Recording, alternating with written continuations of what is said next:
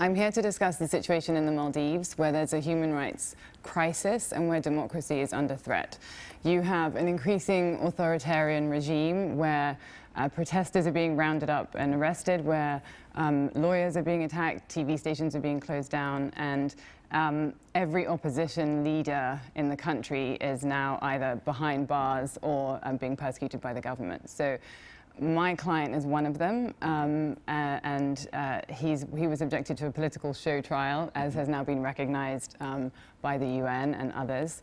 He was arrested a year ago, so he's almost served a year of what's a 13-year sentence for terrorism in a so-called trial where two of the three judges who convicted him didn't have law degrees, who they gave evidence for the prosecution, and yet still thought that they weren't conflicted from being judges in his case. He wasn't allowed to call defense witnesses, he didn't have lawyers for part of the time. So he's now behind bars, and so are all of the other political opponents of the current president. Were you able to physically represent him in court, or did they not allow it?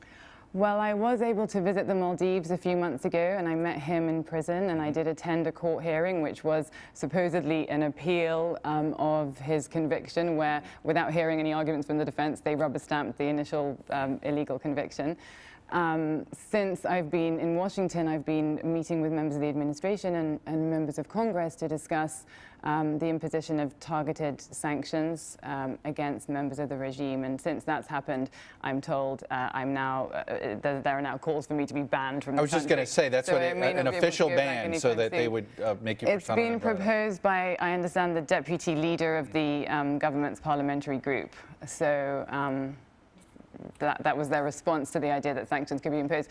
I did discuss sanctions previously publicly, and what happened after that was a bill was introduced in the parliament where the government was calling for any person anywhere in the world who calls for sanctions against the Maldives to be imprisoned or receive civil penalties. So let me ask you a basic question that many in America, when they hear stories like this, it's tragic, but then they say, why is this America's problem?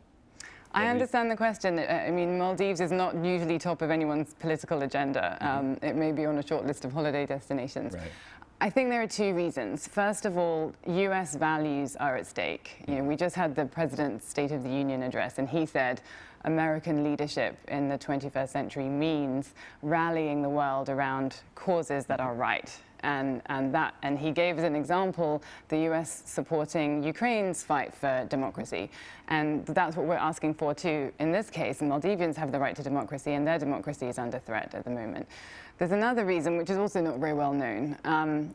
Just last month, the European Parliament issued a report saying that at the moment, the Maldives has the highest per capita rate of recruitment to ISIS in the world. And this is really shocking. So the figures that have been released by the State Department say 200 fighters have gone from the Maldives to Iraq or Syria.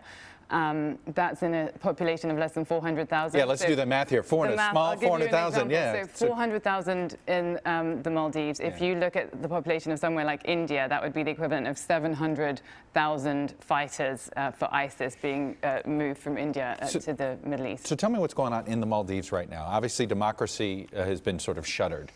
Are they imposing, I understand they're imposing Sharia law. I mean, this is sort of taking it, so this, is this a country that you feel as if it is enabling ISIS and is serving as a breeding ground for ISIS? Well, unfortunately, as recently as last year, there was a death sentence passed against a woman who later reversed, but initially there was a death sentence where she was accused of fornication or extramarital relations, and that led to a sentence of flogging. The president has made speeches saying there's only room for Islam in the Maldives and Sharia punishments should be imposed. You've had fighters who've gone to ISIS come back to the country and not be prosecuted.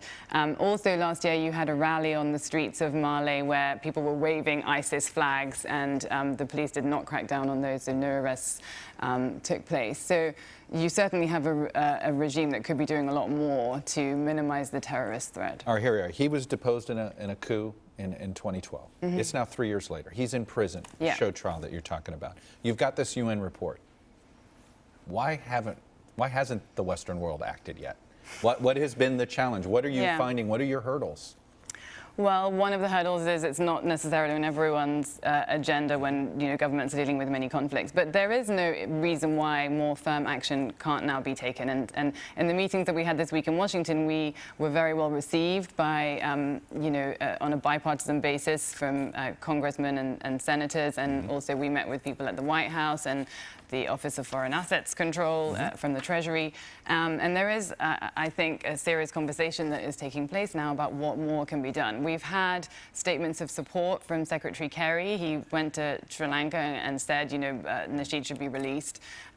We've had statements of support from Ban Ki-moon, from the UN High Commissioner, from the EU. We took the case to the UN, and the Maldives hired their own team of lawyers to contest the case. The UN confirmed in really strong terms that his trial has been unfair. But the Maldives is intransigent. They say, even though they've signed up to all the relevant international treaties, even though they sit on the UN Human Rights Council, they say, well, we're just not going to comply with this ruling. And so our message to the Western diplomatic community is, we need more than just political statements now. We're grateful for the support that we've received. But unless concrete action is taken, this regime is not going to change course. And the concrete action should now be targeted sanctions, which means asset freezes, travel bans against those most responsible for the human rights violations and against those who enable them and bankroll them. And you believe, and your supporters believe, it's a small group of really wealthy people that control the tourism industry in the Maldives, and that if you sanction these people, these oligarchs, that they can put the pressure on this government? Absolutely. In comparable sanctions programs, you've had not only government officials, but also judges who've been responsible for, who've been complicit in the government oppression, and you've had people from the business community who are enabling the regime to survive. And in the Maldives, that's a very small number of people. So it could be a really very narrow regime that's put in place, and that could be enough. It's also a US dollar-based economy, so you can expect that sanctions would actually really hit, because any US dollar transaction would be covered by the sanctions program. You were, because of your last name, you were attacked by one of the, at the time, vice presidents that helped in the coup. He said, chalked you up to being just part of the Hollywood fictional world that is trying to make up things about the Maldives. Yes. And then what happened to this gentleman? So his attack was that I didn't let facts get in the way when I was saying that Nasheed had been subjected to an unfair trial and that there were political prisoners in the country. What's happened since then is that he himself was arrested, because the president is now increasingly paranoid, I think, and is going after members of his own party, having dealt with the opposition in its entirety. He now sits in a jail cell and penned a very different op-ed to the one that attacked me and said, what are these lawyers talking about? That he now says, and I believe this is a direct quote, I join the swelling ranks of political prisoners in the Maldives, including President Nasheed. And he also adds, any casual observer of the judicial system in the Maldives knows that it's impossible to get a fair trial here. He's charged with over 20 different crimes, and they are reintroducing the death penalty and preparing death chambers in the Maldives now. So I think he understands what can happen to political prisoners. Given that, is this a case where your connection to celebrity, is it an asset or a liability in something like this? I think that it's easy to dismiss criticisms on that basis like that. I think that the kind of attack that I got from that vice president just smacked of desperation and was easy to dispose of. So it's not something that's worrying. I think, on the other hand, if in representing this client and trying to secure his release and the release of other political prisoners, if people are made aware of the situation in the Maldives, I think that's a good thing, because there are thousands of tourists going every year, and you have had members of the business community like Richard Branson, also, who has a public profile, come out publicly and say, I will not visit that country until Nasheed is released. I will not send people through Virgin holidays to visit that country. And I think if people know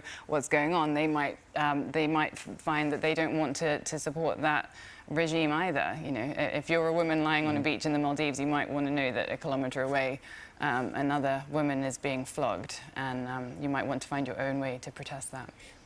When it comes to the United States, and when it does get involved in human rights cases, the U.S. is very selective.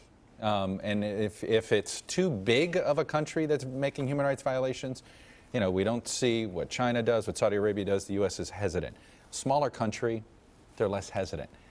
Isn't that an unhealthy way to make foreign policy sometimes? I think the fact that we don't have accountability for all the human rights violations that take place around the world is obviously regrettable. You know, the international system is not perfectly structured, and there is no UN police to enforce international law and to, you know, compel states to abide by their commitments. But the fact that if you do have a situation where you can act and you can, you know, in line with what President Obama said, you can actually show leadership on an issue that's right, I think you've got to do it in that case, and it's regrettable that you're not doing it in another comparable case, and you've got to work towards that. So I used to work in The Hague on war crimes cases, and people said, well, you're working on a case involving war crimes in the former Yugoslavia, but there's no tribunal dealing with war crimes somewhere else. We know there's no accountability now for what's happening in Syria, which is completely tragic. But we have moved towards a world where now there's 123 states that are members of the International Criminal Court, which deals with the most serious violations of human rights around the world. And I think we've got to be working towards, you know, shrinking the impunity gap whenever we can. When do you think you're going to have success in getting sanctions here in the United States? I don't know when, but I do know that we had very constructive and successful. And is it going to come from Congress? Do you need the president? I mean, is this going to happen? I mean, the president can obviously do it. Right. He has existing authority to do it, and you know, you can start with something quite narrow, as I said. So I don't foresee a major stumbling block. Obviously, we couldn't. We don't have a firm commitment as to exactly what happens next, but we have bipartisan support both in the Senate and in the House. There's already a Senate resolution that's been proposed by 13 different senators. So I'm confident that we will see action in this case, and that would be for the benefit of all Maldivians. All right. If this is successful, what's next? Well, I've taken on a case in Azerbaijan, actually, representing a female journalist who exposed evidence of corruption by the ruling regime and has been subjected to various types of persecution. They put a hidden camera in her bedroom and threatened to release intimate photos, and did release them. She was undeterred. She's a courageous woman, and unfortunately she's now behind bars where they manufactured charges against her, including the charge of inciting somebody else to commit suicide. And I'm taking her case, along with a co-counsel from the Media Legal Defense Initiative, to the European Court of Human Rights, and we're challenging her detention in that forum. And you know, if we're successful and the government doesn't comply, as has happened in the Maldivian case, then maybe I'll be back to see you again to discuss Azerbaijan. All right, the next time you're around, give us a call. Thank you so much, Clooney, Jack. thanks for coming. Thank you. Hey, NBC News fans, thanks for checking out our YouTube channel. Subscribe by clicking on that button down here, and then click on any of the videos over here to watch the latest interviews, show highlights, and digital exclusives. Thanks for watching.